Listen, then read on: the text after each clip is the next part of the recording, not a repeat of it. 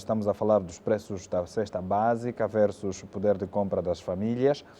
De regresso ao Constantino, novamente bom dia Constantino. Desta vez olharmos sobretudo para o consumidor.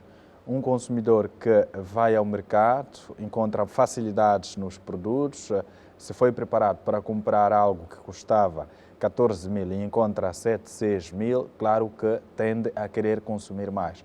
Qual é o risco que as pessoas podem correr ao não prestarem atenção nos detalhes de poupança?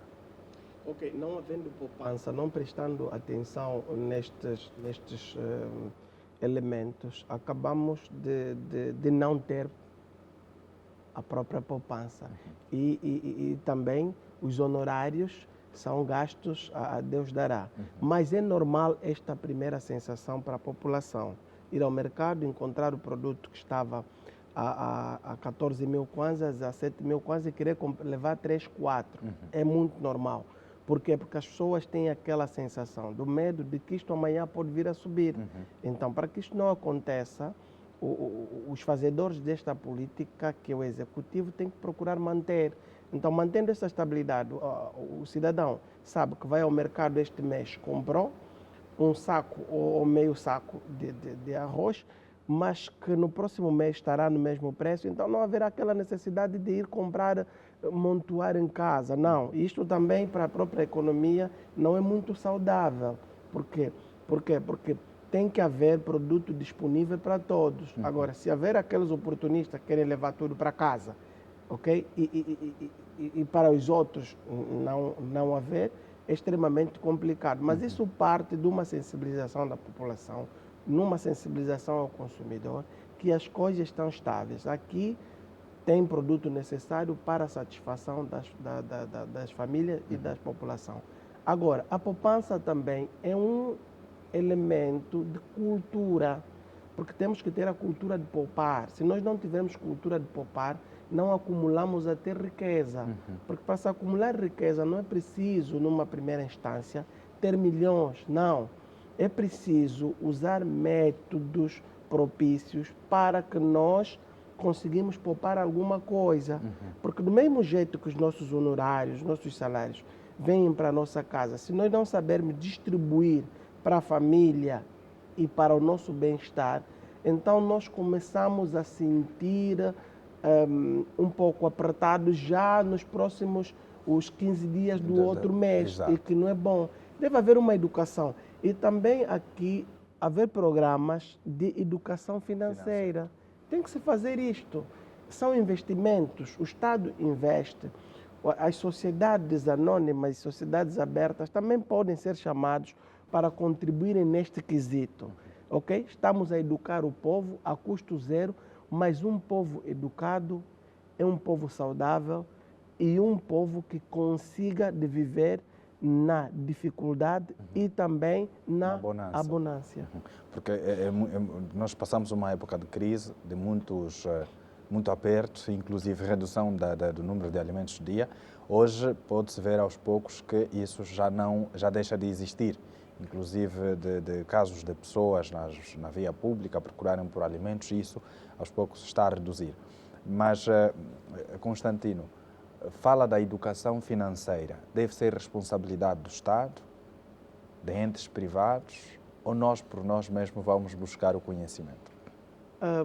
Caro jornalista, o Estado, enquanto o detentor que cria o bem-estar das populações, também deve aconselhar a sua população. Ok? Isto não deve ser só tarefa do Estado, não deve ser só tarefa de algumas empresas. Isto parte da família. Mas o Estado aqui aparece para despertar a população, aqueles que estão distraídos em poupanças. E isso é em todas as paragens. Se formos para a Europa hoje é o que é porque apostou nesses elementos. São coisas básicas, são coisas pequenas, mas que depois vêm a dar um grande resultado a nível da própria sociedade. Porque se nós não educarmos o nosso cidadão a consumir, a ter hábitos e costumes de consumir bem e saber poupar, ok? Nós, por mais que demos 20, 30 sacos de arroz, 50 caixas de óleo a este indivíduo, ele, em menos de 2 meses ou 1 mês, já não tem absolutamente nada. E depois vai falar o quê? O governo é culpado porque nas lojas não tem arroz. Não tem arroz porque o governo é culpado. Não pode ser o governo culpado. O governo tem que criar caminhos, tem que traçar metas. E as metas que o governo vai traçando não são só de injeção de capital, não são de surgimento de novos projetos, não. São também de aconselhamento às sociedades, à população. Porque a população, quando há os casos de baixa de preço, entre outros, eles correm no mercado de uma forma volátil, né? Porque eles sabem que há aí oportunidade. Só para lhe dizer que, graças a Deus, eu fui ver com os meus olhos. Já nos contentores de lixo já se encontra arroz.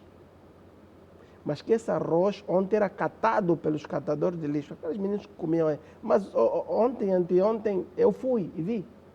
Haja arroz. É um bom sinal. Porque os cães também de rua têm que se alimentar. Apesar de numa outra vertente, estarmos a desperdiçar. A desperdiçar. É ali onde devemos educar que, olha, ontem tivemos crise. Esse arroz, muita família foi à procura no lixo. E que hoje vocês estão a desperdiçar para deitar por base do lixo. Então, se tu tens 2 copos de arroz para fazer e que é demanda, porque tens que deitar, faz 1. Ou faz meio. Ali temos que educar. São programas, parece ser programas banais, mas que têm é necessário, têm resultados fortes. E temos que chegar também ali nos fundos, ali nos fundos do Kazenga, aí no Sambizanga, Marçal, aqui mesmo no Talatona, aqui atrás no Golfo, no Zango, vamos para o o Zango, Calumbo. Temos que chegar, e Colibengo, tem que se chegar ali, tem que se conversar com a população. E nós temos que pôr à vontade a população. Dizer que as coisas estão a ser resolvíveis. E desta forma, temos que contar também com a participação da própria população no consumo, formas de consumo, devem poupar, porque há momentos de crise e há momentos de abundância. Porque agora todo mundo vai esquecer a crise em que passamos. Porque já tem arroz, tem massa, tem feijão. Tem produto suficiente. E agora vamos ter que falar bem de quem está assim a fazer. A grande questão que se põe também tem que ver com o que falou do movimento desse produto. Já há maior oferta, a preços minimamente aceitáveis, mas entra um elemento fundamental aqui. Hoje nós vivemos muito das pequenas lojas, vulgo cantinas, que movem produtos e dinheiros. A questão da bancarização dos serviços. Hoje, se formos ao mercado, teremos muitos clientes. Vamos ver o movimento de pessoas, mas grande parte do dinheiro é movido vivo. Há necessidade de termos a bancarização dos serviços. Afonso Paulo, é fundamental e é emergente.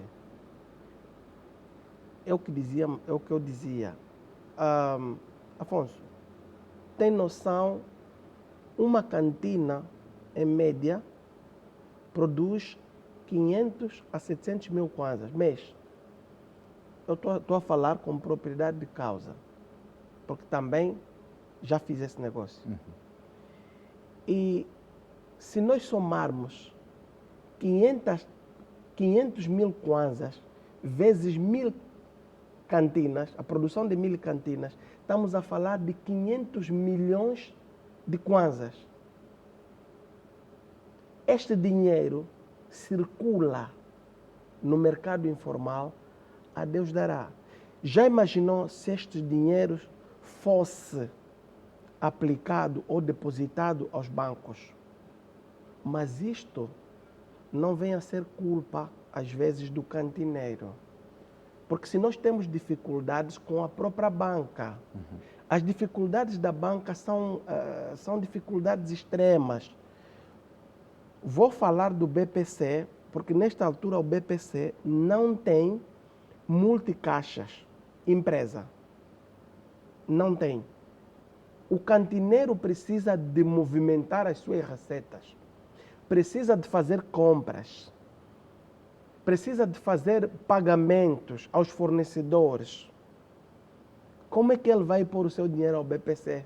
Mas quando fala, por exemplo, da inexistência de um ou outro serviço em algum banco, e destaca muito aqui um banco público, eu questiono o seguinte: a parte do dono da loja não seria somente um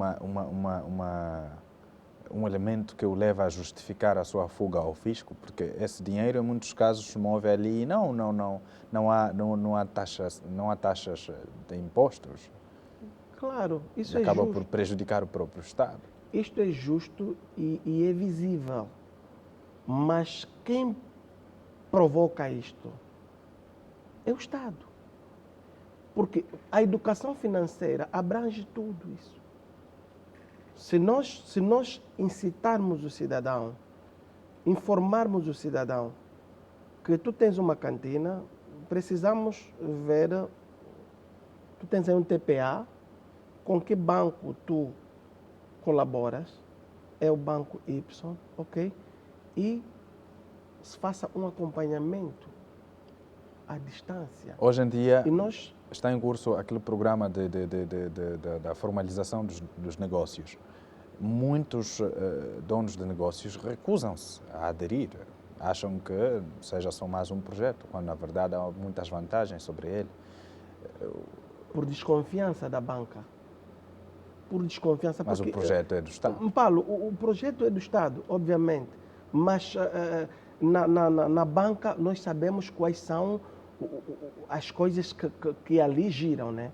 Eu vou dizer aqui, nós em Kikongo nós temos um provérbio que diz assim: numa casa, quando você nunca dormiu lá, tu não saberás quais são os percevejos que ali picam. Então, esses comerciantes já passaram por muitas. Hoje, na própria banca, a banca ainda não está segura. Porque vamos aqui a falar uma verdade. Sei que a verdade dói e a mentira consola, mas há muito roubo na banca. Esses são outros assuntos que Sim, devem merecer o seu devido tratamento. claro, mas ali há desconfiança. E quando não há isto, é o quê? A desconfiança. O povo faz quê? O próprio empresário faz quê? Vai ocultando, ok, os seus recursos. Vale a pena mantê-los aqui do que dar esses recursos a Deus dará. Há um grande risco nesse sentido também, de manter os serviços fora do setor bancário. Há um grande risco. Um dos maiores riscos que a gente tem visto ali são os assaltos. E até porque já há uma lei que não podemos ter mais de 2 milhões ou de 1 milhão em casa, 2 milhões em casa. Esta lei veio à mercê. É bem-vinda, mas agora, não obstante fazermos leis, não obstante criarmos artigos, decretos, mas o mais saudável disso tudo é a implementação das leis, dos artigos que nós criamos. E garantir segurança. E garantir segurança, porque a classe empresarial deve se sentir segura e firme. Ora, quando isso não existir, nós veremos coisas que não são benéficas para o desenvolvimento econômico do nosso país. De resto, Constantino Paulo, quais são as considerações que pode tecer sobre o tema que hoje discutimos, a redução dos preços da cesta básica versus poder de compra das famílias e vários outros elementos aqui que levaram-nos a esta profunda viagem? Qual é a nota que pode deixar para concluir a nossa conversa? Primeiro, pedir ao Executivo que continue com essas políticas, porque só o povo sai a ganhar e também o próprio Executivo, porque, afinal de contas, em economia, nós estamos a falar da satisfação da necessidade das próprias populações. O REA, Reservas Estratégicas Angolanas Alimentares, é bem-vinda para o país e não só. Então, esperamos que mantenham nesta linha de pensamento e que a população não pensa que é meramente uma aventura, mas é uma credibilidade, porque estão aí os resultados a acontecer. São políticas de gênero que devem ser gizadas para a felicidade, garantir a felicidade do povo, porque um povo sem consumo é um povo desorientado, um povo sem consumo é um povo sem beira, sem eira. Então, esperamos que isto seja realmente firme e que o povo continue a respirar desse alívio e apostar também na redução, na distribuição equitativa do IVA para que nós nos sentimos ainda mais aliviados com relação ao poder de compra. E, por outro, se estamos a tratar da alimentação, estamos a baixar a alimentação, também a restauração deve baixar os preços dos alimentos, porque é um exagero chegar a um restaurante, consumir uma refeição a 10, 15 mil kwanzas, 7 mil kwanzas e que às vezes não tem nada a ver.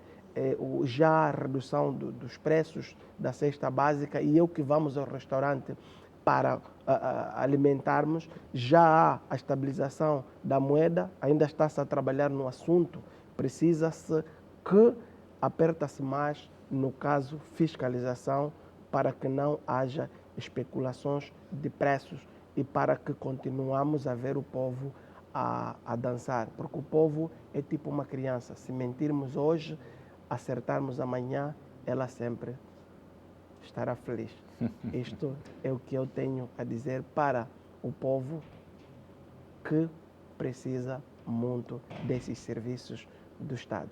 Muito Obrigado. bem. Constantino, obrigado. Até a próxima ocasião. Obrigado. Bom, o povo angolano tem de continuar a acreditar porque novas mudanças virão de certeza e nós iremos melhorar a cada dia que passa.